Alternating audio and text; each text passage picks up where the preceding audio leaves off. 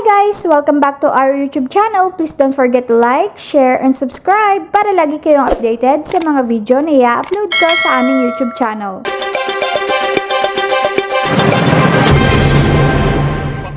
Naghain po si Senador Joel Villanueva ng panukalang batas na magbibigay ng 2,000 piso buwanang ayuda sa tinatayang 3 milyong persons with disabilities o PWDs sa buong bansa.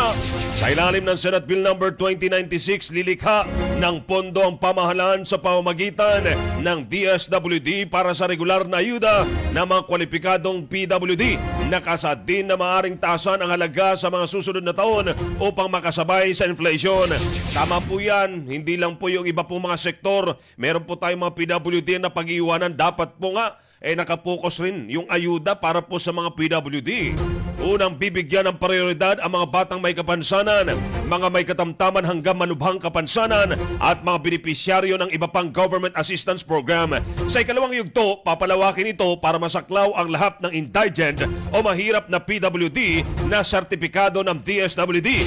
Bukod sa cash assistance, kasama rin sa panukala ang suporta para sa gamot, rehabilitasyon, assistive devices, transportasyon, pagkain at employment services. Ayon kay Villanueva, layunin ng panukala na mabawasan ang kahirapan, may sulong ang inklusibong lipunan at mabigyan ng mas maayos na pamumuhay ang mga PWD. Sa ngayon, panukala pa lamang ito at kailangan pang maaprubahan ng Kongreso at malagdaan bilang batas bago ito maipatupad. Thanks for watching! Please don't forget to like, share, and subscribe!